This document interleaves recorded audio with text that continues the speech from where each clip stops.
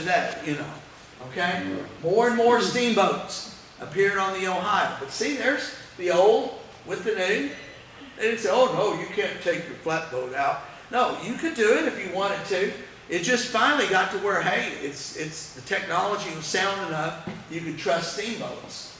Okay? But you started seeing all kinds of them. Whether they were stern wheelers or side wheelers, here they were on the rivers. And that's sort of a New Orleans boat right there. Okay? Now I didn't tell you, these sweeps on these boats, these were not for rowing. You didn't row this thing. You got it in the current and good luck. You know, you drift, and as you saw, maybe there was a faster current, you might pull into it. You might use them to turn. This was your rudder right here. This was your main sweep. And you can't see it from there, but on front, they had this little device. It was called a gouger. If you ran up on a sandbar, you know, and you were stuck, you could work this thing back and forth and dig yourself out. And then this was your main source to get it going, poles. You know, when you had so many people. Now, this thing was pretty big. I mean, it weighed a lot. But once you got it in the water did the work. You were on a magic carpet to New Orleans. Okay? So, moving on. So here's another example. There's a covered New Orleans boat there and there. Okay. Most people, again, the early settlers on viewed in American history, viewed the superhighway to the seaport of New Orleans and the upper Mississippi River ports as just vital. And we had to fight for this land in the American Revolution.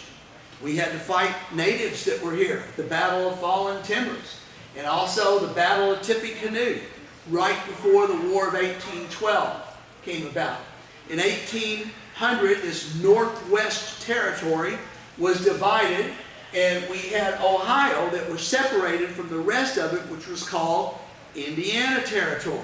But you didn't get to keep it all, because later, you know, after President Thomas Jefferson appointed William Henry Harrison, the governor of the territory of Indiana, making Vincennes the capital at that time, they started separating more land, the Michigan Territory and the Indiana Territory, and pretty soon, that's how you got your shape, okay? Reduced to its current size and geography. There's William Henry Harrison. Kentuckians really liked him because when we had to go to war, in the War of 1812, and there he was at the Battle of Tippecanoe. We almost were defeated there. And then he was able to rally the troops, and they were able to defeat Tecumseh. Casualties were heavy on both sides. My home county, Daviess County, was named after a man that was killed there, Joseph Hamilton Daviess.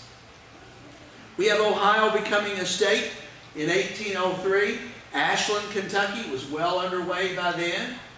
In 1811 and 12, we had something that really impacted people along the river, the New Madrid earthquakes. I described them in Witter's Landing. There were 3 gigantic, cataclysmic earthquakes.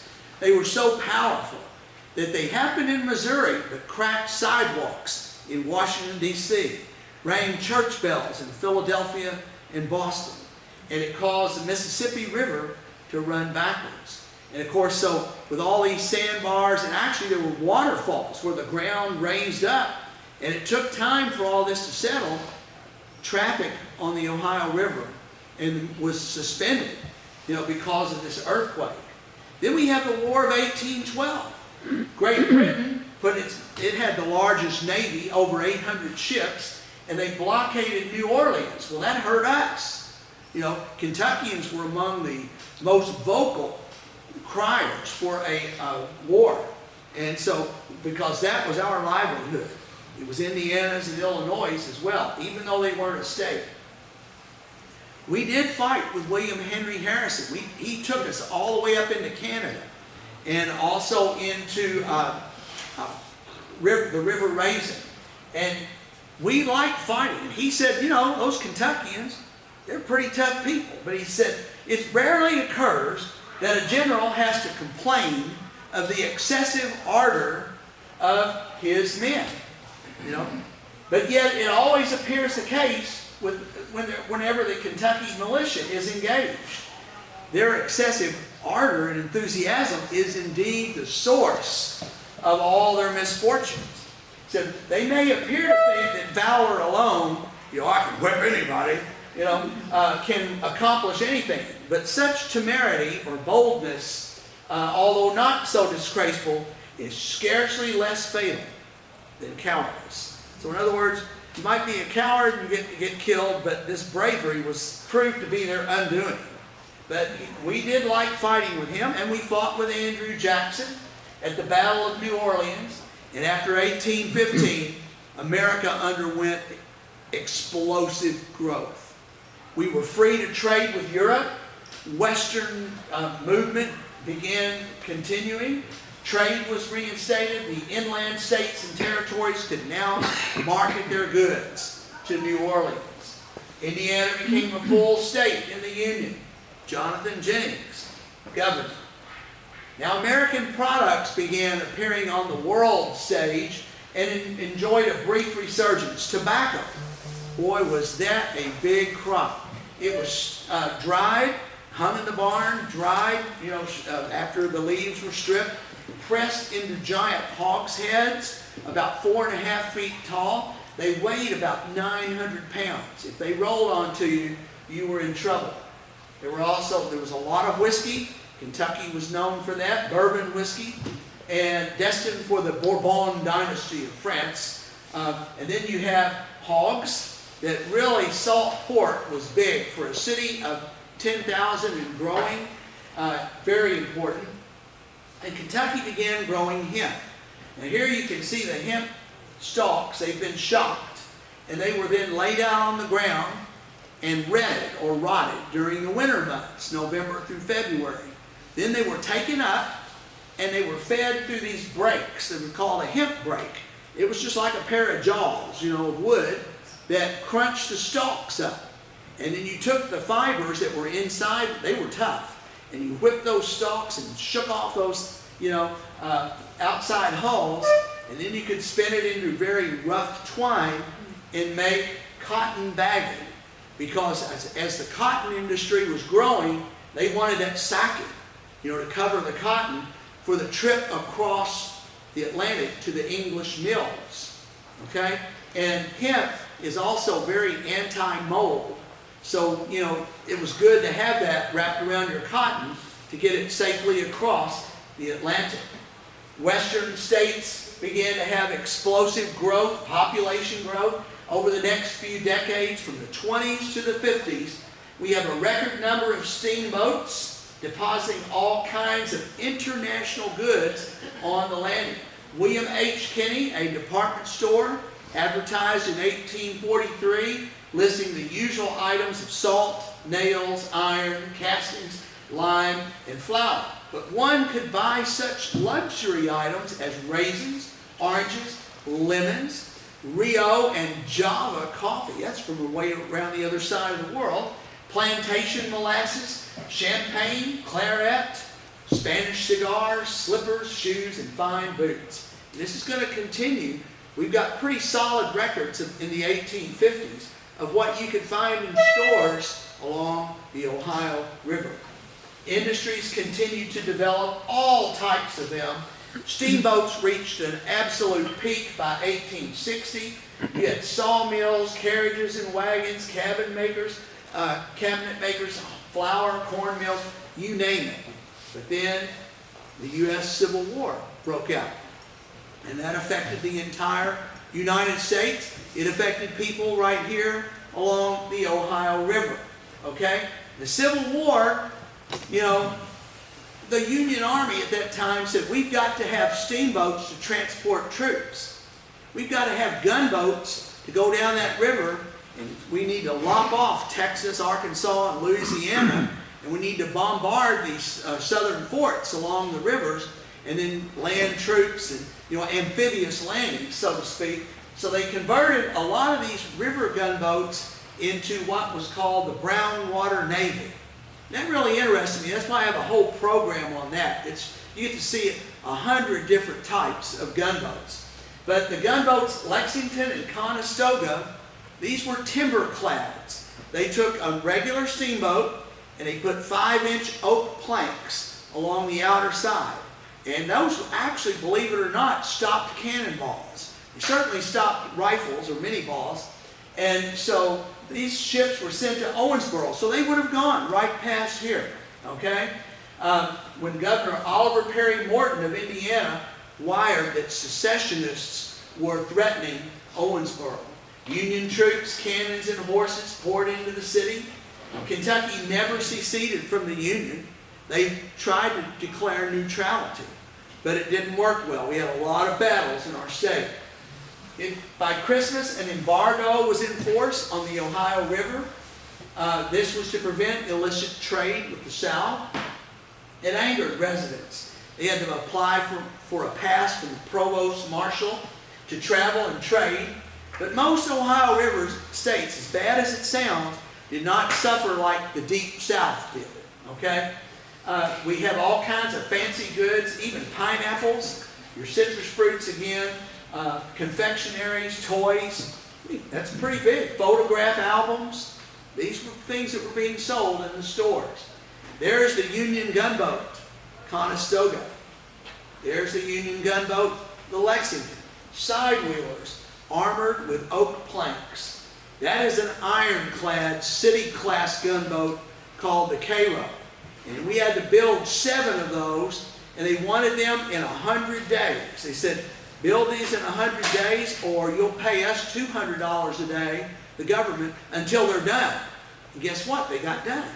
So maybe some of our bridges and roads that we wait forever on, if they put us, a time stipulation, we might get it done.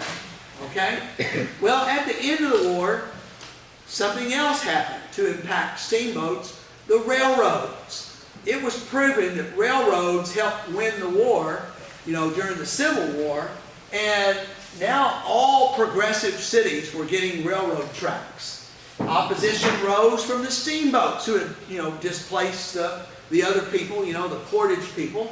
And so they saw the faster railroads as an economic threat to their passenger, freight, and mail business. They were violently opposed to railroad bridges with trestles because their ships might hit them. The steamboats might hit them in the dark of night.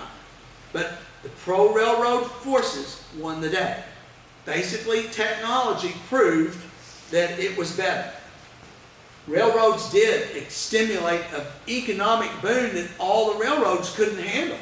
The Ohio River in the valley, new jobs, new manufacturing. We have freight yards built with machine shops, water towers, depots, and more. We have regular passenger and freight services on rail, fine hotels, and new railroads like the Illinois Central came in. Foundries that made castings, railroad parts, steam engines, boilers even for steamboats, and mill machinery. Flour mills, all these different types, distilleries, brickyards came into play. And despite all the fears, the steam packets continued their services on the river. Okay? The Louisville and Evansville Mail Packet Company was extremely profitable. It ran daily except on Sundays. And what you could do, if you were a passenger, you said, I'm not in any hurry, I'll take the steamboat. They serve good food, You don't have to pack it like you do on some of these railroad cars. Passengers enjoyed traveling in style, but shippers could travel on deck. If you brought your cargo, you got a free room and board or meals. You could talk with other people, other salesmen, other businessmen. So it was really a nice way to travel, and it was profitable. By the 1890s, it was proven that the commercial towboat was one way that you could move vast number of barges as much as a locomotive could, less fuel even. Hard to believe. That's why you see them here today. Okay? They were pushing barges. These boats did not offer passenger accommodations, but the paddle wheels kept turning. This was the largest one ever on the rivers. It actually didn't come up off the Mississippi much. It was called the Sprague, okay? Showboats became a popular figure. They may even talk about the showboats that pulled in right here and on the Ohio River. And one of the most popular showboats was the Majestic, okay? And they had all kinds of music and entertainment, comedies and dramas. You can see some of that going on right there. Now, residents in the valley, we all know about this. We live here, so we know about flooding, don't we?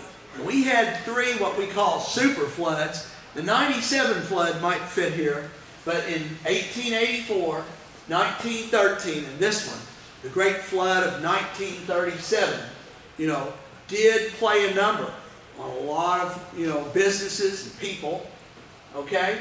So as early as 1910, the U.S. Army Corps of Engineers, under the Rivers and Harbors Act, built a system of locks and dams all the way up and down the Ohio River. 51 dams to begin with. They were called wicket dams. One of those would have been upriver here at Addison, okay? And by 1929, the canalization project on the Ohio River was finished. The project produced 51 dams, 600 by 110 feet chambers along the length of the river. At that time, we see a conversion from coal to diesel fuel and from paddle wheels to screw propellers. They proved the engines were stronger. It became apparent that these bigger boats and barges needed bigger locks and dams and deeper water. So a new program was developed by the Army Corps of Engineers. They took out the wicket dams. They took the one out at Owensboro. There was one there, okay? And I remember them blowing it up. I lived very close to it. And when they were big boom, it was in the 70s, they were getting rid of those dams because they'd already put the big one in at Newburgh and the one up here at Cannelton. That's one of the newer dams, okay? And there's your stages all the way down. Now the Olmsted locking dams, it's in. President Trump came in during his administration and dedicated the opening of the Olmsted locks and dams, the last link in a whole new structure. And so he showed up for that. So now you can go all the way from Pittsburgh, the Golden Triangle, in barges. This is coal. Now, that's the biggest string you can have on the Ohio. You're not going to see one bigger. 5 standard length barges, 3 standard length wides, 15. That's all the locks will hold. Now you get them out on the Mississippi, there's the Cairo. Here comes the Ohio. See, it's a bigger volume than the Mississippi at that point. It really gives the Mississippi a shot in the arm. And you can see it right there, too. Okay? But now you can string together a bunch. If you're going to New Orleans, you can string together a whole bunch of barges. And they generally do that down there at Columbus, across the river in Missouri. Oh, you recognize that? That's the Cannelton locks and dams. And they're putting in the new turbines. Okay? You can see it being built there. It's a good way to make use of the river. And that's what we're doing. We've basically created a system of lakes up and down the Ohio River. And so that's part of what these dams are doing. That one's way upriver at Greenup. Okay? And that's at Brandenburg. There's a ferry that takes you there. Now there are bridges. Okay? And we celebrate, we have parks and things on the riverside. That's a big deal. During the Depression years, we had the Public Works Administration build a series of bridges so you wouldn't have to take those old slow ferries. And so this is the old Blue Bridge at Owensboro, okay? And of course, right on the edge, there's the Blue Bridge there, the grain mills. Very important. Railroads run right up there. I've been caught right here as the railroad tracks are bringing in grain to unload or to haul off. Industries, entertainment complexes, okay? And Owensboro came up, it's a good study because other cities are doing it. You've got international ports now up and down the Ohio River. I mean, we're talking straight out to the world. And Owensboro came up, they developed the Owensboro River Port Authority. And of course that's going to be land, sea, and air, or water and air. Okay? Just about every mode of transportation is integrated into this authority. See these trains coming in, that actually swings way out here and comes back in. It's constantly moving. Everything's, just like an assembly line.